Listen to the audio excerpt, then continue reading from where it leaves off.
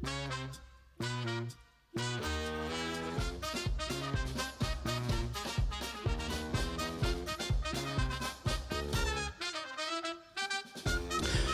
Paul, every week we end up with me bitching about something. Especially today, because I'm a little bit jet lagged. But I don't want to be the negative one of this podcast. But you are the negative one of this podcast. Yeah. I mean, I'm a very positive guy. You are a positive guy, and I didn't really expect this to turn into a little mini little therapy session on a Monday night. Welcome to Pitch It Good. Hey, hello. Hello. Well, this is episode 4, and the feedback we've had so far has been quite frankly disturbing and scary. Oh, good. Yeah, we've had a lot of death threats, very awful graphic images. Oh, good. Yeah. It's a nice fan art, though. Oh, nice, really? Yeah. It's been nice. We've had fan art through. We had some good fan art from our first episode with Mandy. Nice, and I enjoyed that. And it's been really good. If there's anyone out there who wants to do more fan art, please do send it in. Yeah, can you tone it down a bit?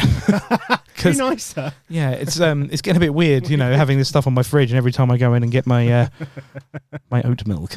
Right, funnier jokes. Yeah, stop being shit. Okay, yeah. So it's been really good. Episode 4. We by the way, we keep forgetting, but it's really, really important that you do the reviews. There's a reviews, and that helps us out apparently. Yeah. So do it. Yeah, ideally do nice ones as well. Yeah, if you don't like it, lie. Yeah, just lie. Yeah, that would be nice. I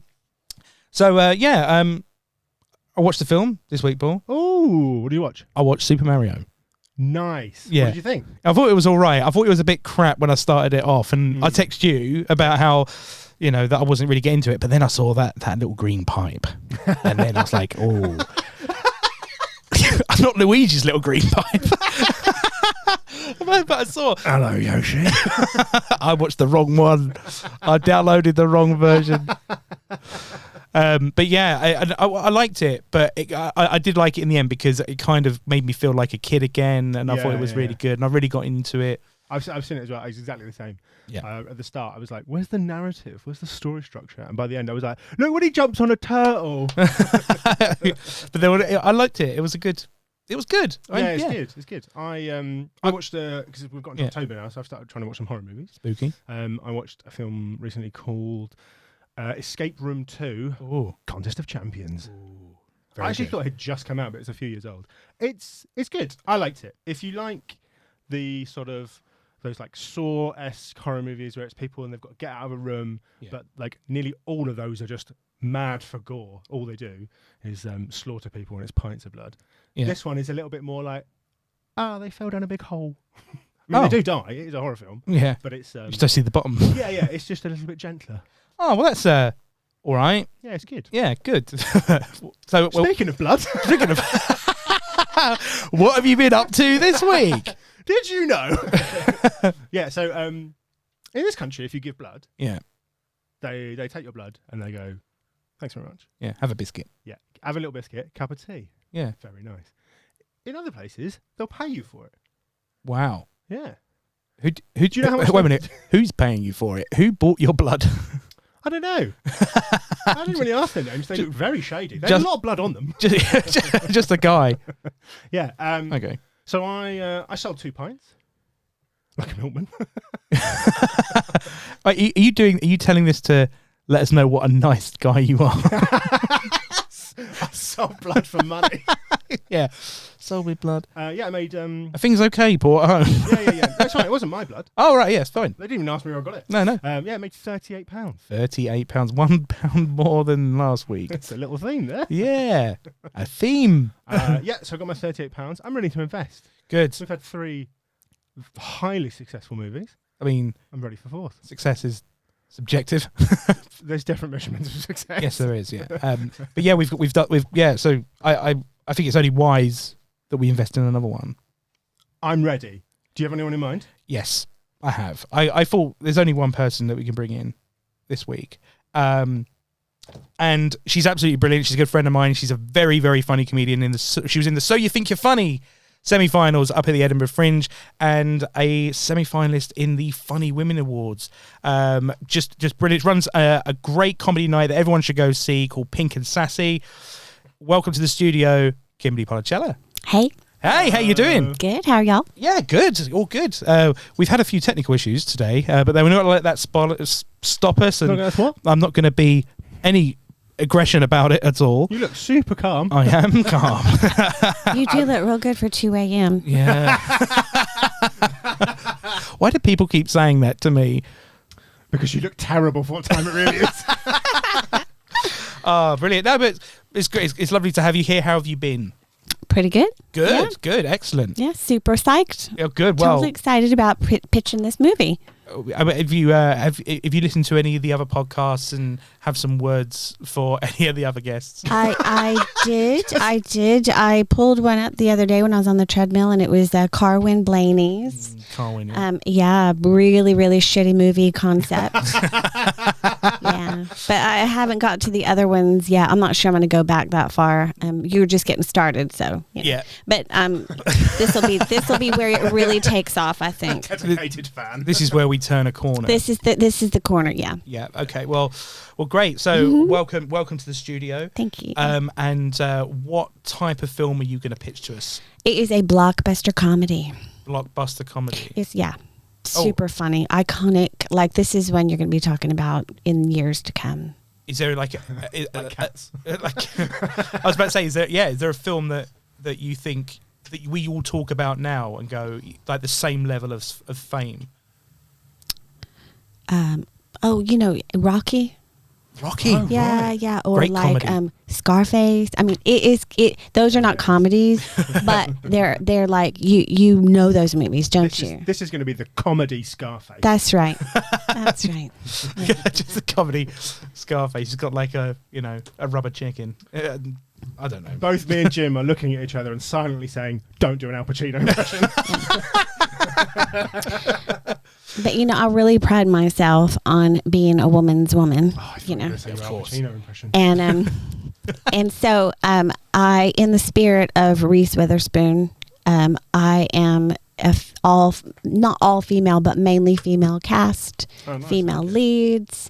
This is one all the women can get behind. It'll be great for the men to come and see as well, but women will be at the heart of this movie. You could do it like, maybe we could do like a panto where all the parts are played by women, even the men. They're male characters. That would be stupid. So, what do you think this is? Thanks for the input, but no. That's what I'm here for. Terrible ideas. That's all right. So this is going to be a comedy blockbuster. You just sit quiet and look pretty. I can do one of those. Yeah. You can't sit quiet. Hey. So this is going to be a blockbuster comedy. It's going to be set when? In the 2000s. In the 2000s. No set like particular years, but not yesterday and not 20 years ago, but in the noughties, not noughties, the teens maybe. Okay, cool. So this is, so it's going to be set in the noughties, and whereabouts? London area. So it's about a family, and the main family home is in Chiswick. Chiswick. Any reason why Chiswick? Just because I was looking when I was doing my research, it was just kind of a nice place to live as far as I could. You've done research? Come up with, loads of research. I've been there. I've been to Chiswick. I made a special trip to Chiswick just to look for a house that would work for this movie. Holy moly, that's way more than anyone else has done. Yeah. When I was moving back to London, I was like, all I need is a tube, like a couch and a TV. I didn't go to Chiswick, but they are famous. Okay, right. So enough about like a crap my moving habits. Okay, so we're in Chiswick. This is in the 2000s, the noughties. I'd imagine that would have kind of a soundtrack to it as well. Around the 2000s. Like, what sort of music would be in the more area? to the mids, like closer to the 2010s. 2010s. Yeah. So what sort of music's playing on the? Is there like a score to open this movie with? Do we have? Because it wouldn't be someone like I don't know. I'm just trying to think of a popular Taylor Swift. It wouldn't be because she wasn't around in 2010, was she? Oh, was she not? No. I don't know. We don't have to get all technical about it. If I want to have Taylor Swift write some music for it, it doesn't mean she has to be alive when the movie we do have set. We do have a time machine. You can transport music to and from any place and time. You can transport Taylor Swift's comeback album from 2040. I could do. Oh my gosh. I could do. Yeah. But I can't believe you think she's ever going to go off. No. Come back. She's going to rule. Yeah, she is. Yeah, she's just taken over, hasn't she? Cool. That is that's given me a lot to think about. I'm not a music composer, so it wouldn't necessarily be my job. I'm the screenwriter, but hey, I will go away and have a little think about what music might be appropriate for this. That's the politest way of telling you to fuck off. I do. I there's a point in that I thought, I'm being told to fuck off, and it's very nice. You're welcome. Thank you. Okay. Right. So this is going to be you say this is going to be about a family based in Chiswick in the 2000s, comedy blockbuster. Yeah. And who's the family? Okay. Let me tell you why where this came from. So I was sitting on a train. Yeah. And all of a sudden, I just had the thought, what would happen if on this train something serious happened, like someone was having a heart attack or someone was in labor and going to give birth, something like that. And then that led me to thinking about, what would happen if something like that happened on the same day that some other serious stuff happened, all in the same family.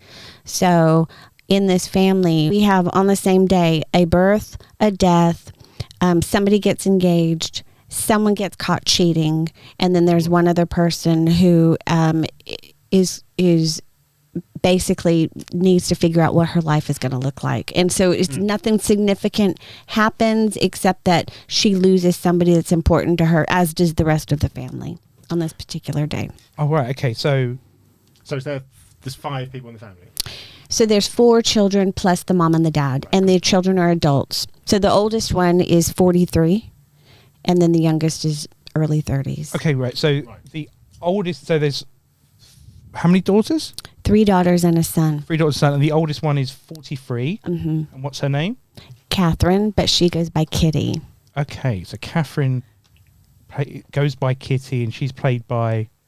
She's going to be played by Michelle Shaughnessy. So a lot of my characters are going to be played by comedians. Right, okay, good. And Michelle Shaughnessy, for anybody who doesn't know, is a Canadian comedian who lives in London. She does like the Comedy Store, Top Secret. She's done Edinburgh before. I'm following her. She's following me on Instagram too. She probably doesn't even know who I am, but I think she'd be really cute if she could get a British accent down. She'd be real good for this part. I'm sure we can pay someone to give lessons. We've got the money. We've got £30. Limitless budget. Okay, and who else is in this family? Well, you've got the mom and the dad. So you've got Elizabeth Taylor Jones, who goes by Lizzie. Yeah. And John Taylor Jones. So Lizzie has given all of her children very sophisticated names, but nicknames them all. So Catherine is Kitty. Then there's Lucinda, who's Lou. Victoria, who's Vic or Vicky or V. And then James, who goes by Jimmy. Right. And Jimmy is engaged to Jamie. So James, who's Jimmy, is engaged to Jamie. Uh-huh. Okay. And it's real cute. I mean, that's just real cute, you have to say. Are they the ones that get engaged in the... They're the ones that are going to get engaged on the day. So they're not pre-engaged. Okay. They're not already engaged. They get engaged on the same day as some of the other stuff happens. Right. Okay. So who plays Elizabeth Taylor Jones, the mum? Kate Blanchett. Kate Blanchett. Ooh. Yeah. Nice. Good. So we've got a big star. Yeah, so she's not like technically your comedian on the London circuit, but I needed somebody who could do this role because this lady is a strong character. And I mean, she's got a backstory. I mean, she does things like she's got 4 children. So for every year there's 4 birthday cakes to make. So she decided she likes cake with fruit. So there's always some kind of a fruit related cake, but she makes them from scratch, and she does each child's birthday gets the same cake every year. So by November, when it's Jimmy's birthday, everybody hates that cake. So anyway, the fourth was like brilliant, yeah. So it's stuff like that. Yeah, and then she doesn't ever get overwhelmed. She always has her composure. She's your typical British old. She's 60ish, 65. Yep. Keeps her composure, chin up, all that stuff. Stiff upper lip.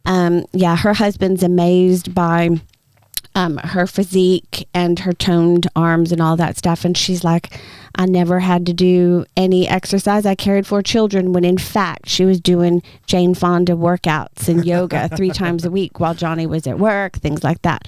So she is your kind of appearances are important, and doing what's right is important, and all of that stuff. And Cate Blanchett, I just see her. She could just do this. Cool. Yeah, I mean, she can. I reckon she could do anything. Yeah, she could. Yeah. There's nothing that if Cate Blanchett said anything, I was like, I can do that. I'm like, yeah. Okay. Yeah. I'll say word for it. I'm not going to tell you no. She is the epitome of got everything under control. Okay. Right. So she's the Rock. She is the Rock. Okay. Not the Rock, Dwayne Johnson. No, she's the Rock of the family. She could play Dwayne Johnson in a biopic of his life. She could do anything. Oh, Cate Blanchett. Yeah. I'm sure she could. Why she would want to, I don't know, but I'm sure she could. No. Yeah. She's I believe in her. Yeah, I do. I believe in her. I believe in her in this film. And let's stick with this role first, and then maybe, see how she goes. Do well enough, we'll do a sequel.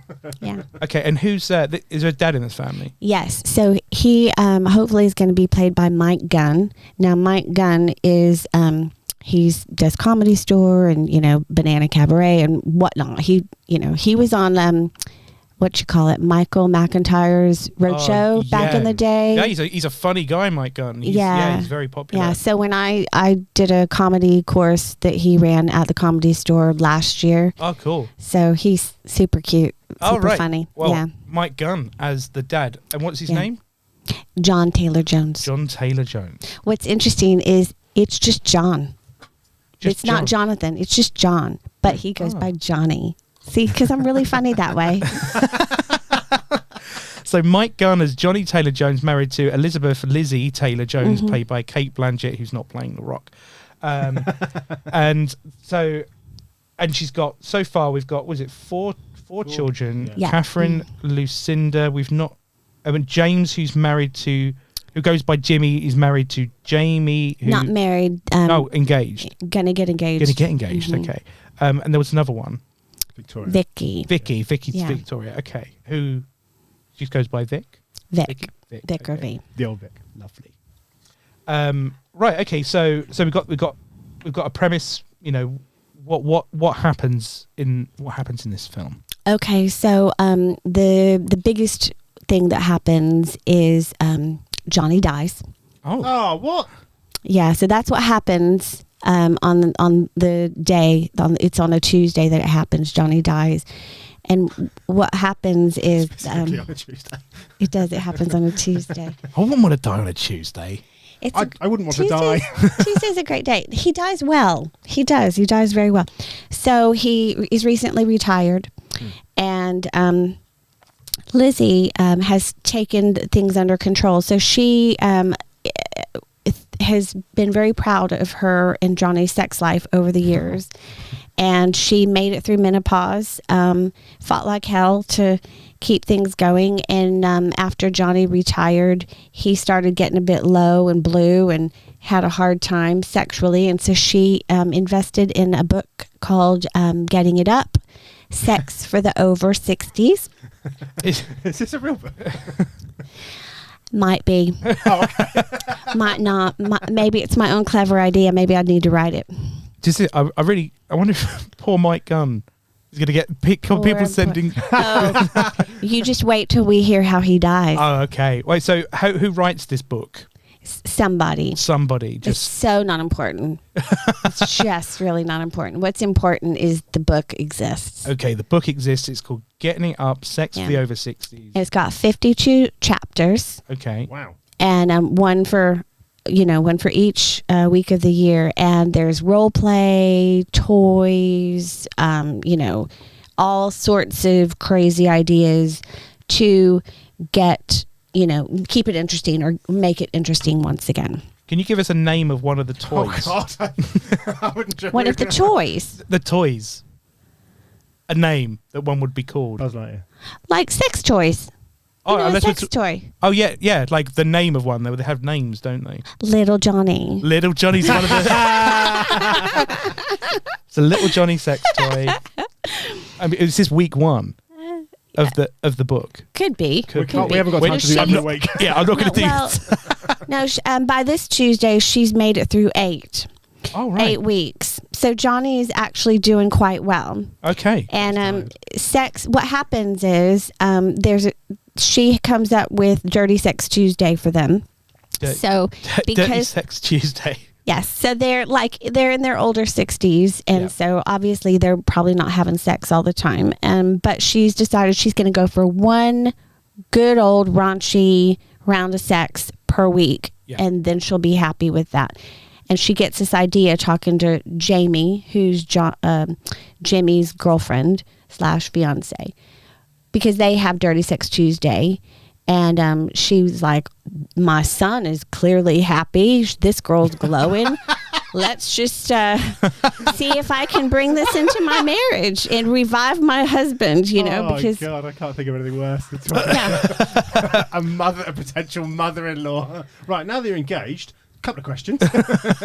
No, this is after they'd only been dating for a few months. Sorry, yes. They moved in together, and then they decided to make sure they kept things spicy between the two of them. They had that. So Lizzie got the idea from Jamie about Dirty Sex Tuesday. So she does her book chapter on a Tuesday. Yeah.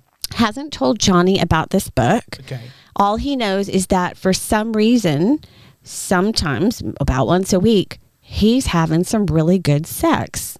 And, so anyway, on this particular Tuesday, Lizzie has found a chapter that will reenact the kitchen sex scene from 9.5 Weeks. If y'all haven't seen that movie, Kim Basinger, Mickey Rourke, back in the 90s or the 80s, that's what it's based off of. I've not watched a lot of films. Have you seen this? I've heard of it. I don't think I've seen it. Yeah. Yeah. Well, because y'all are babies. Y'all haven't. You weren't. I was probably a teenager back then. So this is at the same time every week, 2:00 on a Tuesday. Yeah. Johnny Taylor Jones, played by Mike Gunn. Mm-hmm.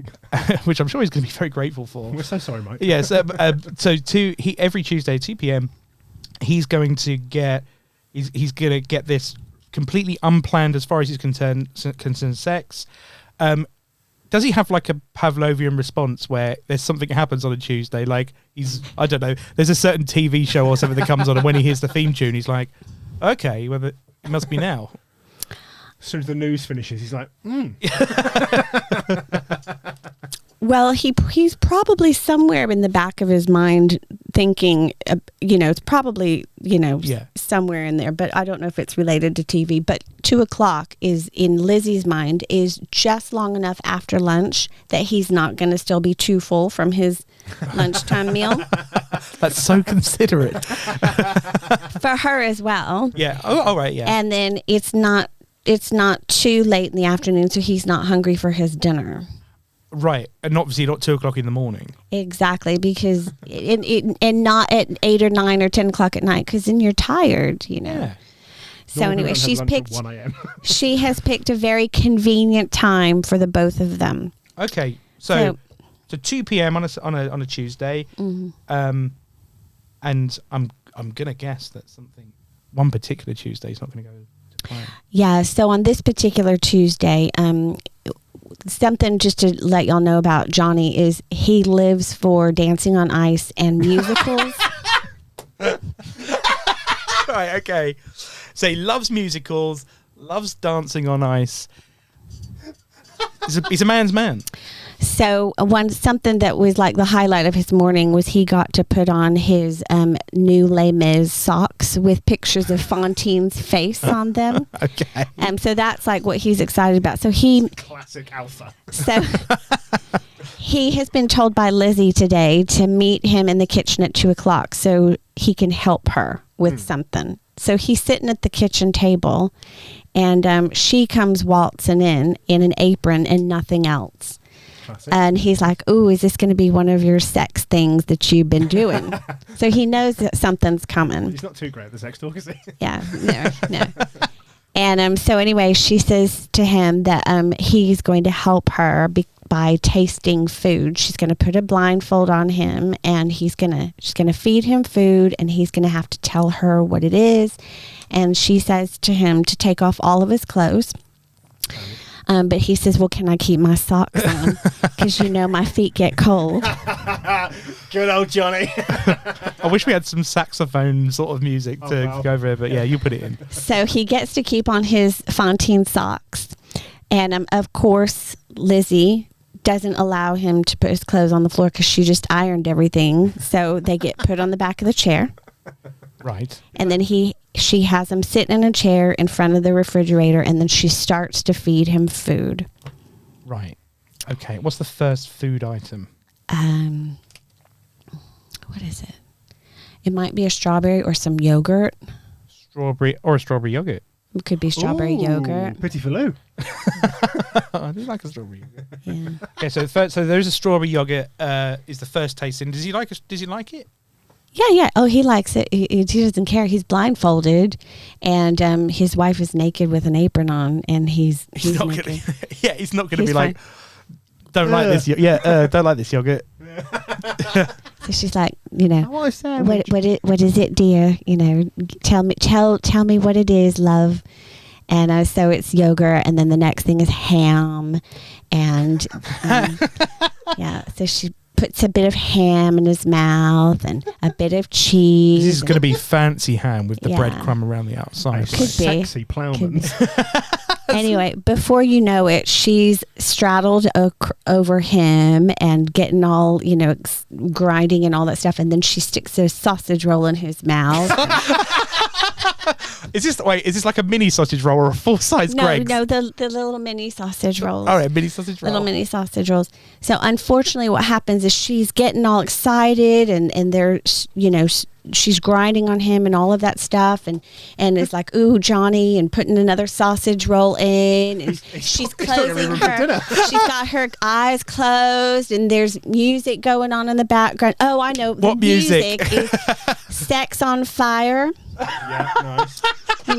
Because I'll tell you what, she watched X Factor back in the day when it was Jamie Afro sang that song. It's Kings of Leon, but back on X Factor early in the We've got so much 2010 or 11. Yeah. So anyway, she's crazy for Jamie Afro. So she's got Sex on Fire blaring in the kitchen. She's stuffing sausage rolls down Johnny's throat, straddled over him. And then the music fades, and she's about to get something else. She opens her eyes, and Johnny's not moving. Oh no! And turns out he's choking on sausage rolls. Okay. So basically, she does try to revive him. He's a big guy. She can't reach around him to do the Heimlich maneuver. None of that stuff. Yeah.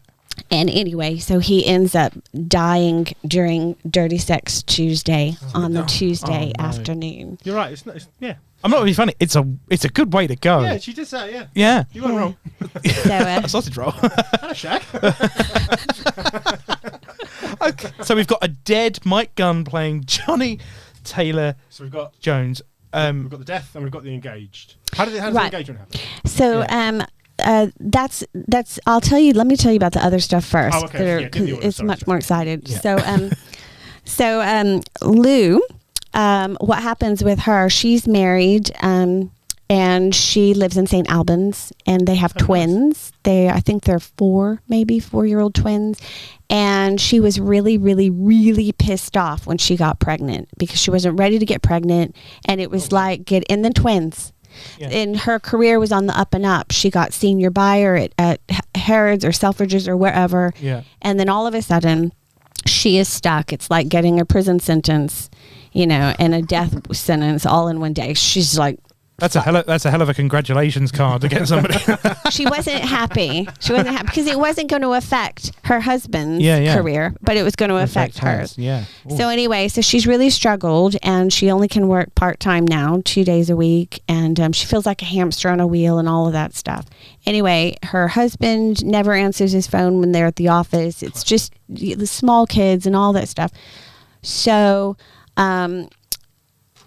her husband is trying to get a hold of her, trying to call her, and she's not picking up on the Tuesday. So he comes home and is looking for his wife, and hears this Michael Myers constant going up. So he ends up walking upstairs, and his wife is on all fours with her eyes closed, with Chad behind her, the neighbor. Yes. Behind her, and her husband looks at her, and he's like, for fuck's sake, Lou, that's not even a real orgasm, because he can tell what her face would look like. That's his reaction. That's his reaction. It's I think you'd be like, oh, she come upstairs and like, oh, I thought you were fixing the rail or the door or something. Like it's the headboard, and he's looking at her on all fours, and she's got this weird look on her face, but she is not enjoying this. She's cheating on her husband, but she's just not into it, and doesn't even know why she's doing it. Who plays Chad?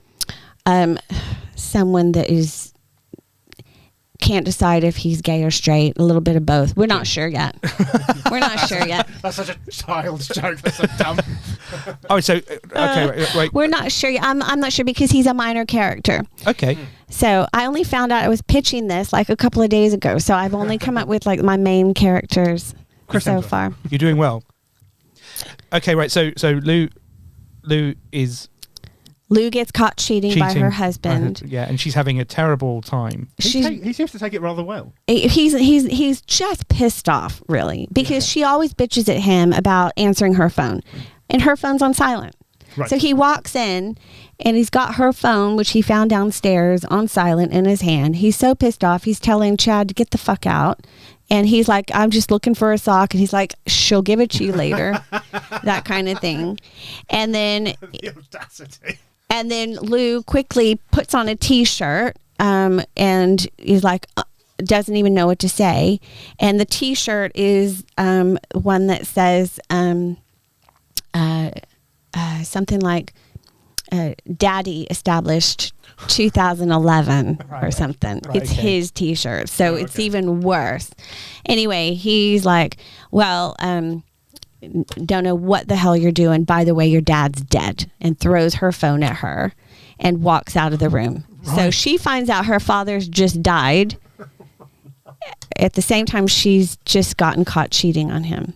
Oh, wow. She's having a great day. Yeah. Tuesday. It's a super funny scene. You just had to be there. What's Chad doing at this point? Chad leaves. So Chad, completely naked, just and actually, and Lou's husband is like, I thought you were gay, and Chad's like, please don't tell Charlie. He doesn't know. Right. So Chad does leave. He's bisexual. Right. Oh. So everybody thought Chad was gay, but he clearly does. He, because obviously this is a film, right? So does he announce I'm bisexual and then walks out? No. That's how people normally do it. Lou's husband is like, I thought you were gay, and he's like, don't tell Charlie. But clearly he's bisexual because he's just been having sex with Lou. Right. Okay. So this episode, and this is how Lou finds out that her dad's dead, with a T-shirt that says. Dad. Well, no, with the phone that gets thrown at her. Oh, yeah. She just happens to be wearing her husband's T-shirt, which is ironically her husband's T-shirt. Right. Okay. I like the idea that he's more annoyed about that. He's like, after all this, you put my T-shirt. Yeah, I'll never wear that shirt again. I know, it's marked. Yeah. Okay, right. So that's Lou's thing. And then Vicky. Yep. Now Vicky is real cute. So she's bisexual as well, but she's married to Vivian. See, I'm loving the name thing. Right. Vivian. Who plays Vivian? Vivian, again, she's not one of the children, so she doesn't have. I haven't got an actress for her yet. Just someone like someone unheard of actress. It will be someone. Yeah, okay. I don't know. Okay. Now the real cute thing, Vicky and Johnny, they were like two peas in a pod because Vicky was his musical and Dancing on Ice buddy, and when Vicky came out as bisexual, she sat both of her parents down to tell them. And Lizzie was like, "What do you mean bisexual? Choose. You're either gay or you're straight. Why can't you commit to anything? Just make a choice." Right. And she's like, "What am I supposed to do? I won't know if you're bringing home a boy or a girl. I'm never going to know what's coming through the door. Why can't you just decide?" You get one of those Ring doorbells at least at this point. That's quite a disgusting choice of words there is, wasn't it? So Johnny is the one that just goes and pours a couple of glasses of scotch for him and Vicky, and Jat's his favorite. And he's like, "Whatever makes you happy." And as a side note, Lizzie was thrilled when Vicky brought Vivian home because then she knew what to expect. She's like, "You made a choice. You committed." So she didn't get this. She called it gay light. She couldn't work out. She didn't understand. Gay zero. Yeah, she couldn't understand bisexual. Yeah. So anyway, so she's committed to Vivian, and they're married now and all that stuff, and they are expecting their first child together. And so Vicky is pregnant, very heavily pregnant. And Vivian has just surprised her with a week in Brighton, just as a last week before the baby comes. Okay. And she's 34 weeks along. Woof. And so, pretty much close, but she still has several weeks to go, really. Bit of a drive. Anyway, they're on their way back from Brighton, and while they're in Brighton, she starts having what she thinks are Braxton Hicks. This is their first child. So Braxton Hicks, if you don't know. No, I don't know. I don't know that. It's called false labor. Yeah. All right, you could have told me that was the actor that played Vivian. And I would have believed you. Braxton Hicks. Yeah. Oh, yeah. I know him. He's good. Babies. That's a good one. But yeah. Okay. So what was Braxton Hicks? Braxton Hicks is the name of like false labor, or the labor pains, but they're not actual labor.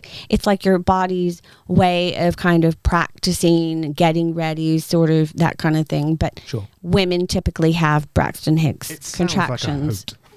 It's a hoot. And this happens on the way back from Brighton.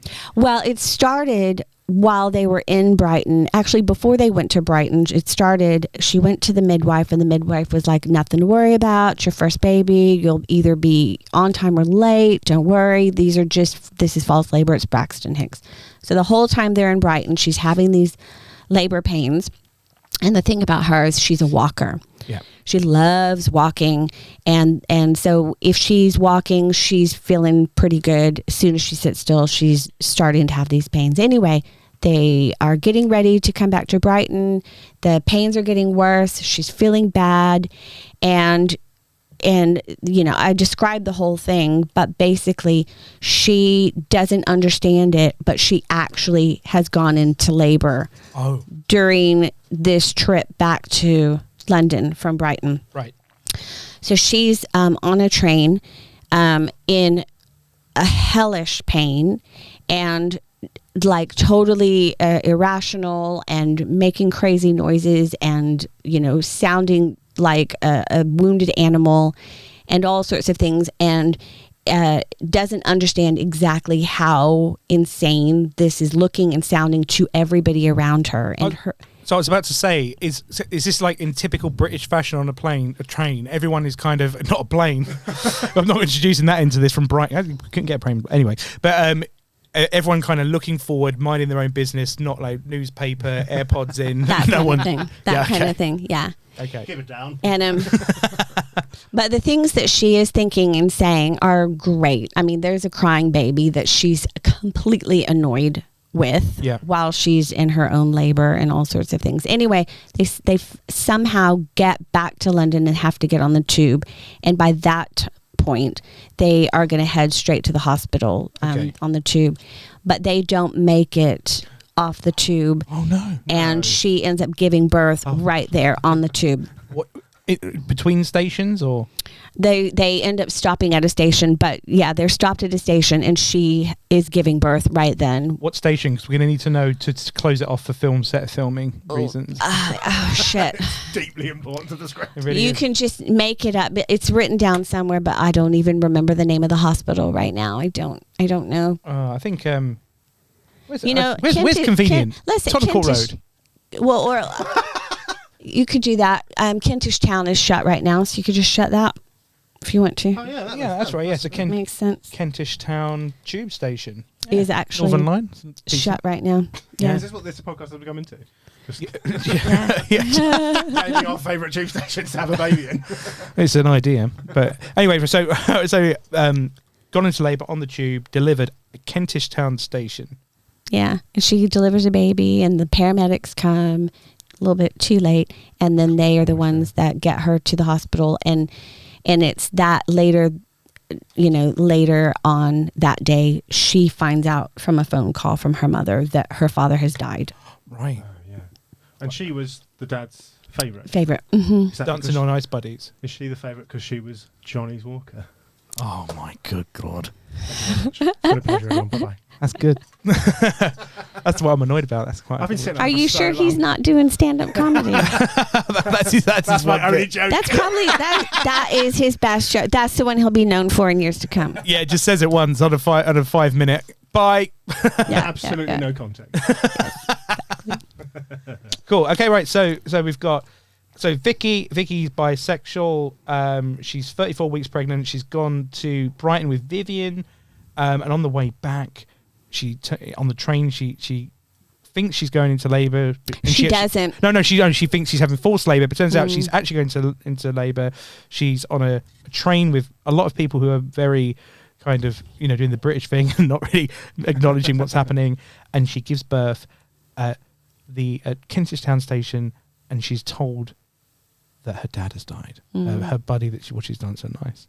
Yeah. You know what? I feel a little. I'm feeling something. Yeah. Yeah. I think that's. Yeah. Is the heat? Yeah. Okay. So right. So we've got Vicky's story. We've got Lou's story. Yeah, and then we have Jimmy is the son, and Jamie is his girlfriend. Okay. Jimmy and Jamie. Now, Jamie is who Lizzie got the idea for the book for Sexy Tuesdays. Dirty Sex Tuesday. Dirty Sex Tuesday. Not the book, just the actual day. Just the day, okay. And what's Jimmy's story?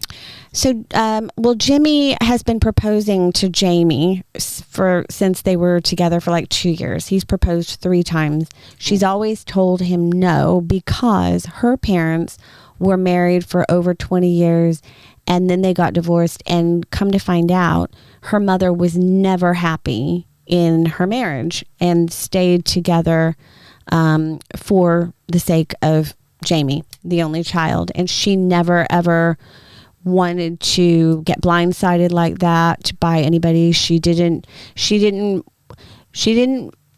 know that she couldn't understand what Jimmy saw in her. She didn't think he needed her. Right. So she felt insecure. And so she kept on telling him no because she wasn't convinced that he actually needed her in his life, that she felt like he would be fine without her. And because she didn't think that he needed her, she felt insecure. I think I'm rambling. But anyway, so that's why she keeps on telling him no. Yeah.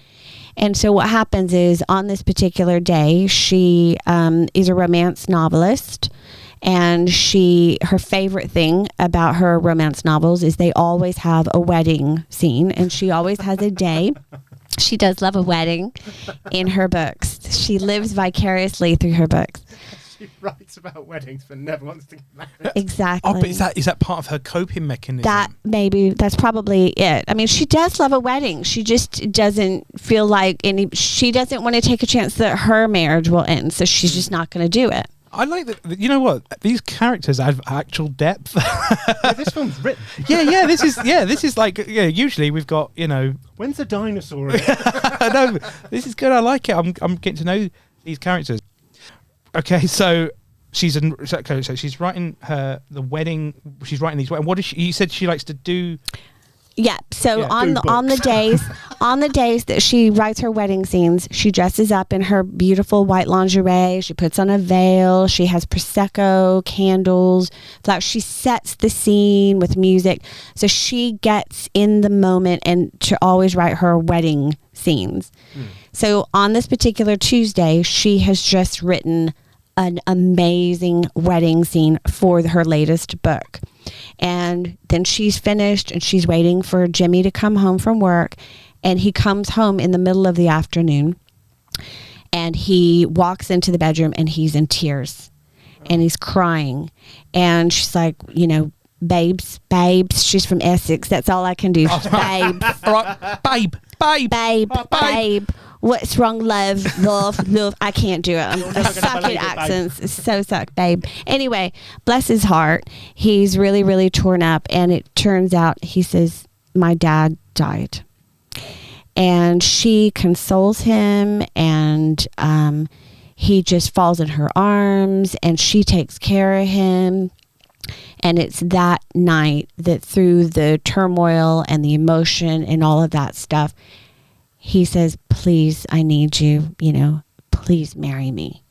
And she is like, actually, I know how he needs me. I was here for him. This is a big deal. He came to me. Okay. And she accepts his proposal. So that is what is the catapult to her saying yes to his proposal on the fourth time. She said yes out of guilt. No, not out of guilt. No, it's basically in what he did is he actually showed his vulnerability to her. Oh. Because she's always found him so capable. We're such idiot men. Yeah, we're like, that's what very. did she say? Yeah. Yeah. God, emotional depth, guys. Emotional depth. He's shown her some vulnerability instead of having it all together. Right. Yeah. And she's like, okay, I can get behind this. This guy needs me. I know that I can be there for him, and I'm not just some trophy, pretty. Oh wow. Thing. Depth. So, very. I'm not used to it. I don't really. Yeah. I don't know. I'll tell you what. It is not the stomach heart of the stomach.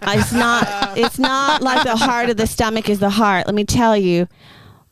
But it is. Yeah, it is. Yeah. It's way better than that. Is it title time?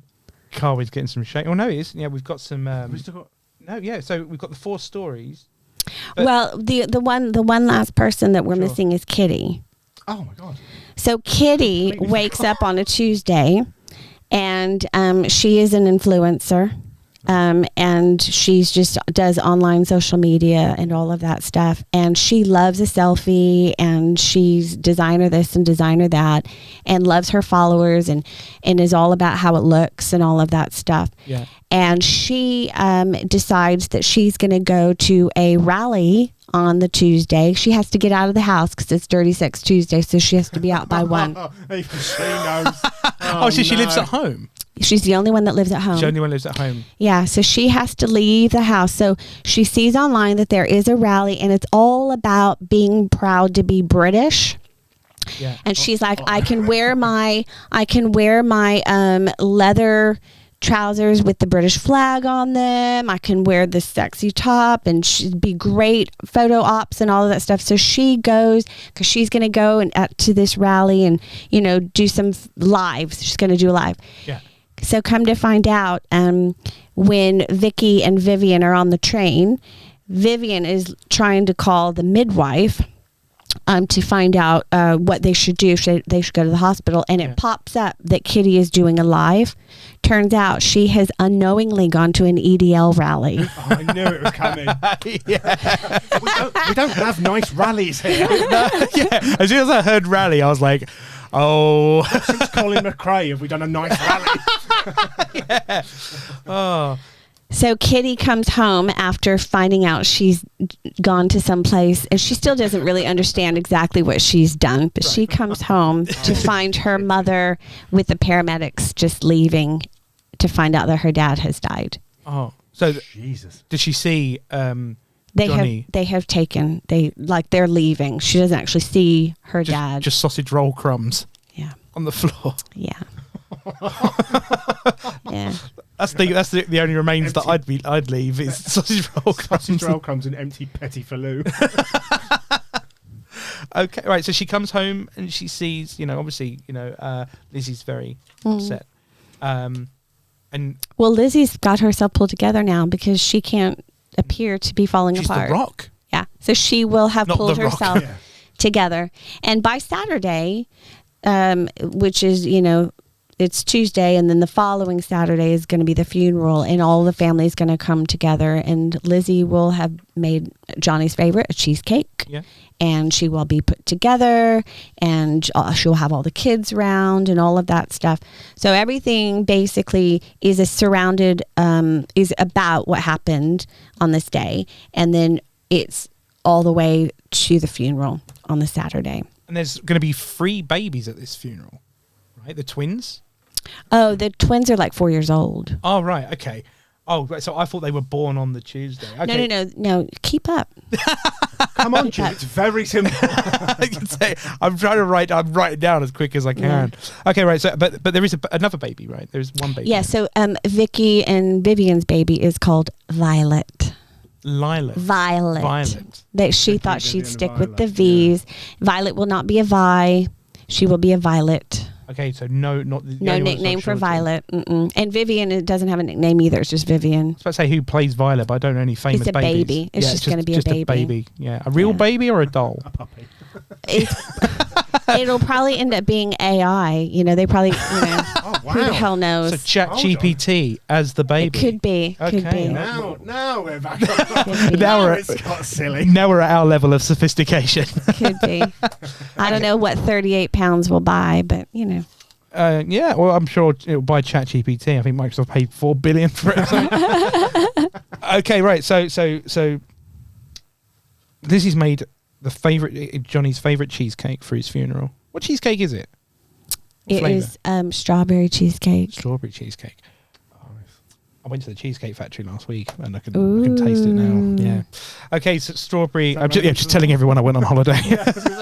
So bizarre little flex there. Yeah. Just went on holiday. Okay, so strawberry cheesecake. This is the wake now. Well, we're not even at the wake. Oh, right. We're not even at the wake. Basically, the book actually starts this Saturday morning when everybody is waking up to get prepared to go to the funeral, and then the first scenes are those scenes, and then we flash back to everything I've just told you about what actually happened. Oh, cool. For a moment there, I thought that they were serving cheesecake at the funeral because that would be pretty cool. Well, that's how you want to go, isn't it? So what Lizzie wants is after the funeral for all the children to come back to the house, and they will have a piece of Johnny's favorite cheesecake. Oh, and surely Vicky's going to be having a little whiskey with her cheesecake. She will probably have. What's that? A little walk. Yeah. And a little walk. Yeah, probably so. The twins will be having pizza with their dad, though. They won't be at the back at the house. Yeah.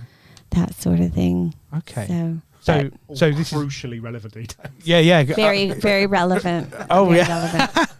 Okay, right. So, and also, Kitty, this is her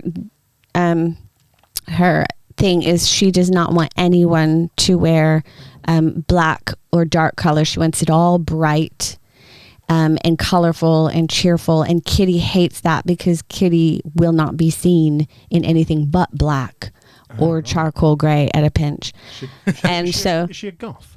She just is very sophisticated. Oh, okay. You know, that kind of, sleek and it's slimming. She won't put a carbohydrate through her, through her lips. This is me. That kind of thing. I only wear black and don't eat any carbohydrates. I go to EDL rallies. I look like I go to an EDL rally. So anyway, so basically Kitty's like, if her mother has her way, they'll be looking like they're showing up to a pride event at the funeral. Yeah. That's what it is. And funnily enough, Vivian and Vicky met at a pride event because Vicky works for Pride London. Ah, so Vicky works for Pride London. Yeah. Okay, cool. And they vote. So there's a bit of friction there between Vicky and Kitty. Right? Yes. Yeah, no, not Vicky and Kitty. It's more Kitty and Kitty. Kitty and Lizzie. Kitty and Lizzie. Now, Kitty is jealous of everybody else because she feels like either they were close to the mother or close to the father. She feels like she's the odd one out. Right. So, but she, I think she doesn't feel accepted by her mother. Wow. Holy moly. Is she jealous of Lucinda? Because I don't think Lucinda's had a great day either. Yeah, but Lucinda is pretty much the favorite of Kitty. I mean, of Lizzie. Of Lizzie. Of Lizzie. Okay. Of Lizzie. Right. Okay, so how does this end? yeah, because I'm imagining this is now going to come to a big crescendo, right? Where this is the morning of the funeral, the cheesecakes are baked, the whiskey's poured. We are heading to Johnny, played by Mike Gunn's funeral. So is there anything that happens for them getting to the funeral, or does it all the action? The next part is at the funeral. Right. I haven't got that far. Holy moly! Oh, now stumped her. So haven't got that far. Sequel hook. Yeah, I think I'm not sure if your budget's gonna pay for me to give you more. I mean, I think I've given you so much. Are we being cut off? I feel like I've given you way more than £38 worth. Yeah, I mean, like the idea of the film ending with potentially Kitty getting up to give like a eulogy and then just cutting. Oh, really? So you don't hear? You don't know if she's going to say something else. Well, actually, it's not going to end on the day of the funeral. Oh, okay. So I think there's going to be some stuff that happens. There might be a letter that is found or something like that. There is going to be something that happens, and Kitty, who is the one that needs to grow and her character needs to find purpose. She is going to end up moving out. Oh wow, nice. Good for her. So she is going to grow.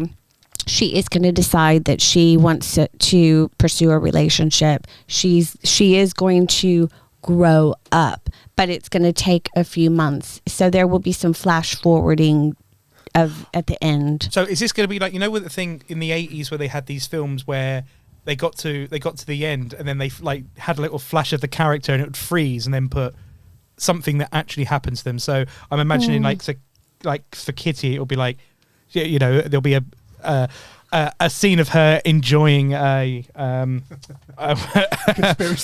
conspiracy theory. She's influencing and she'll freeze and it'll be like she actually did move out in the end. Yeah, maybe not that flippant, but okay. But some proper growth. Oh right, yeah. So proper growth. Proper growth by moving out. We'll work it out in the edit. We have to work it out in the edit. Okay. So I've done a shit ton of work for you guys already. I know this is loads of details. We've tried to derail it and we've not been successful. We've been beating this one. Okay, so the next, so I want to hear a little bit. I want to freeze frames for the other kids. So what I'm imagining that who else have we got here? Lou. So Lou obviously does what happened to Lou? She was her husband. She was cheating on her husband. Yeah, so did they stay together? Her husband moves out. I haven't decided yet because I don't know. Sometimes marriages just don't end up recovering from something like that. No, they don't. Does this one? I haven't decided yet. Oh wow. I don't know. I don't need everything to be wrapped up in a happy ending. Sometimes people just experience a lot of shit, and they need to come through it. And there is something that good will come out of whatever bad there is. And maybe she will decide that she actually is glad that she became a mom when she did, and it works out, and she finds, you know, her feet in the whole thing and is able to kind of have a good balance. That might be what it is. So the freeze frame with that, all of that, all of that, yeah. Oh, that's fine. We can use a small font. I quite like it. I like it. I like the way wrapping up. Yeah. Sometimes Shit happens, and you got to make the best of it. Yeah. What do we I was about to say, that's what Carwyn said last week. If I get knocked down, but I get back up again. Okay, right. So, and then we've got and Vicky and Vivian. How, you know, what would be their freeze frames? What happened? Do they have a healthy child? They do. She turns out she's healthy, and one of the things that Vicky is sad about is that Violet will never sit on her granddad's knee and watch Dancing on Ice or, you know, the musicals or whatnot, and she's quite sad about that. But Violet will actually have a love for those things too, and kind of carry on. Will she become a figure skater in memory of her grandfather? It's a bit late, isn't it? Start figure skating at like mid-30s. No, the baby. No, the baby. Oh, he's a bit young, if anything. The baby. I'm getting so confused. Probably not, because she has her own identity. Oh. She's going to have her own identity. Oh, wow. She will. So she won't have to do something because, you know, in memory of her granddad. Probably not. And Jimmy and Jamie? All good? Yeah, they're going to have the wedding of all weddings. It's going to be like the best wedding that she's ever written. And the wedding will be better than all the weddings that she has written in all of her romance novels. And it will be like one of her books. Oh, that's come great. to life. Yeah, I like that. Really happy. Yeah. So... you know what? That's where the book could end, is at the wedding, which will happen the next year. All right. So that's it. That's it. That could be the ending, is that wedding. Yeah. And they're all there. And Violet can be a little flower girl. Oh, that's a nice way to wrap this. This is a happy ending. Yeah. Yeah. And what's the film called? What Happened Last Tuesday. What Happened Last Tuesday. You know what? We can't not make this, because it's the only film that we've had with depth script. and actual relationships. I think it's great. I think we're going to make it. Thank you. Thank you. I loved it. Great. What I think is, Dirty Can Sex Tuesday. Can you like also tag like Reese Witherspoon's production company? Can you do that, just in case y'all don't quite get there? Maybe she could like hop in and put some funds into it as well. Yeah, I mean, I can ask her. Hello Sunshine. I think it's called Hello Sunshine, something like that. I can ask her. I mean, I don't know if she's going to reply. At Kate Blanchett. We'll definitely. We'll definitely. You should absolutely tag Kate Blanchett in this one. Please, yeah, that would be great. So this is what I'm going to do. I'm going to tag Kate Blanchett, and I'm going to contact Reese Witherspoon's company, and I'm going to tell her. Actually, tag everybody. Ellie Taylor, Mike Gunn, tag them all. They would really appreciate that they have been handpicked. Maybe not Mike. I don't think you're Mike would love to die naked with Les Mis socks on with sausage rolls in his mouth. I think he would love it. Who wouldn't? With Kate Blanchett across his lap. Of course he would. Yeah, it's the way to go. I mean, I'm sure he's going to be very happy. And, he's got his bald head, so she's going to have, probably have yogurt on his head. It'll be lovely. He'll love it.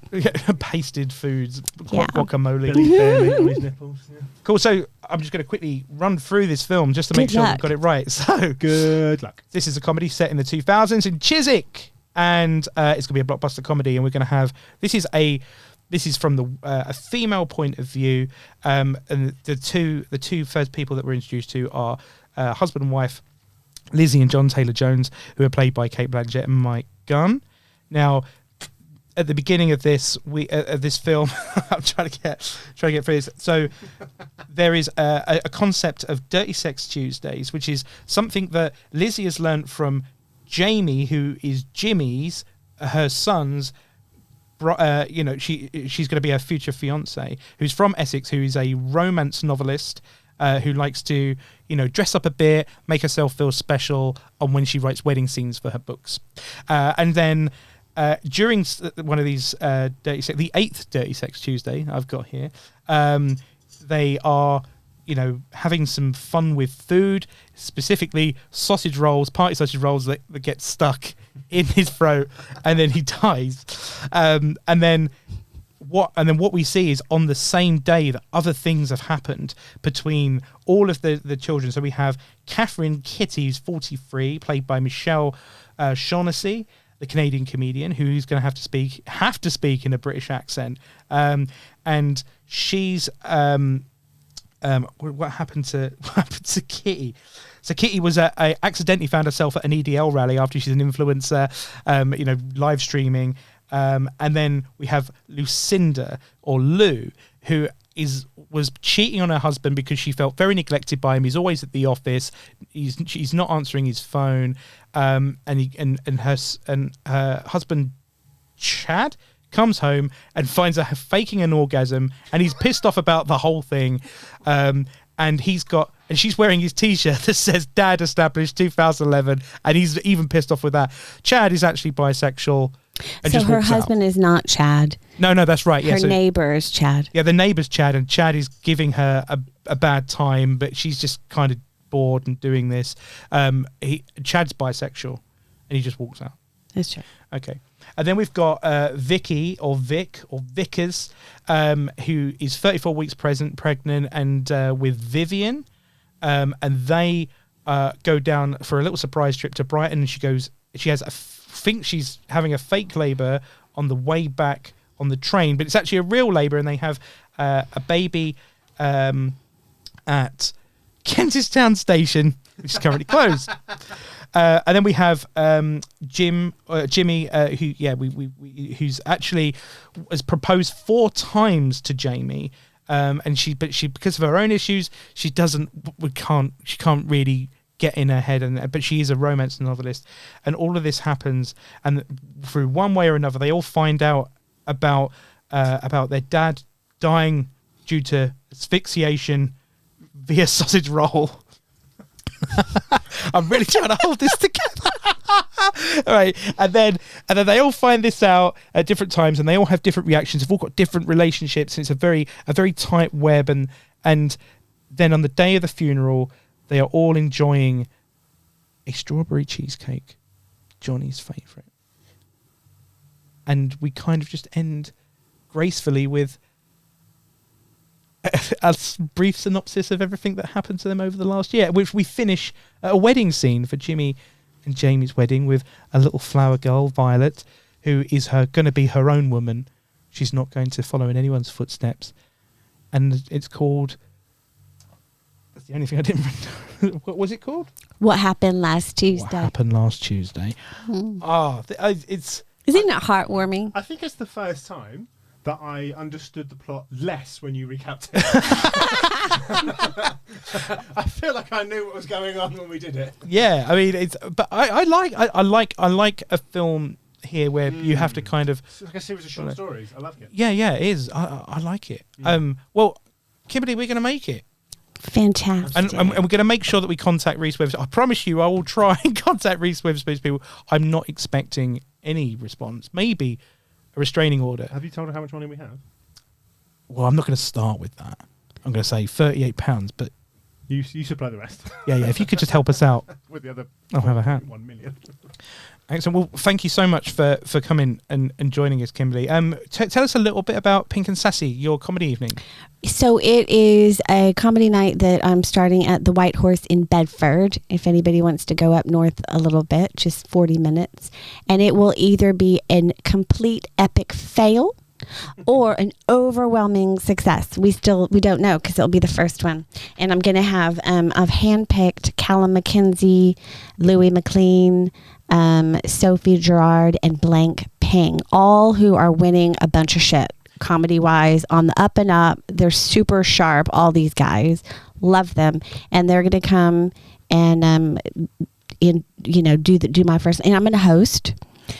and I'm super funny and super talented, and so that is either going to go really, really bad for me and make them look even better, or it's going to go really good for me and then make them even look more better. So you can't lose. Well, that is either way. That is one of those dream lineups as well for a first go. Where can people go to find more about this? They can go to pink.and.sassy.comedy. You'll probably tag it, I think, in your little, what you call it thingy. They can go there. We are now. You'll tag it. Or they can come to my my Instagram as well, because I'm following it, and I think it's in my bio as well. Tickets are easy. You just have to call the pub and, book your spot. There's only 50 tickets. It's not going to be a huge venue, but that's where they can go to find it. And they will get the opportunity to have a pink and sassy cocktail. We're having one specially created just for the night called the Pink and Sassy. Is it vodka and Pepto-Bismol? I'm not sure. I'm not sure. Amber, who is the bartender at the pub, is creating it for me. Because I'm all about the branding. Please. I love branding, so we're doing the drink. Please get them to use Petit Filot. A strawberry yogurt. Okay, we'll get right on that. That's all he wants from a comedy night, Paul. Strawberry yogurts and comedians. No, that is an amazing lineup, and everyone should go check it out, go see it. It'll be well worth it. And I think that's our show for this week, isn't it? Oh, please like, subscribe, tell your friends. Good reviews only. Even if you don't like it, write a bad review, but give us 5 stars. Yeah, either say something nice or lie. Yeah, that's what life's about. Yeah. I'll write something. Oh God, no. I'll do it. That'll sit out. The two of them are the right pair of pricks. You shouldn't listen. Oh, excellent. Well, everyone, keep listening. We'll see you next week. See you next time. Bye.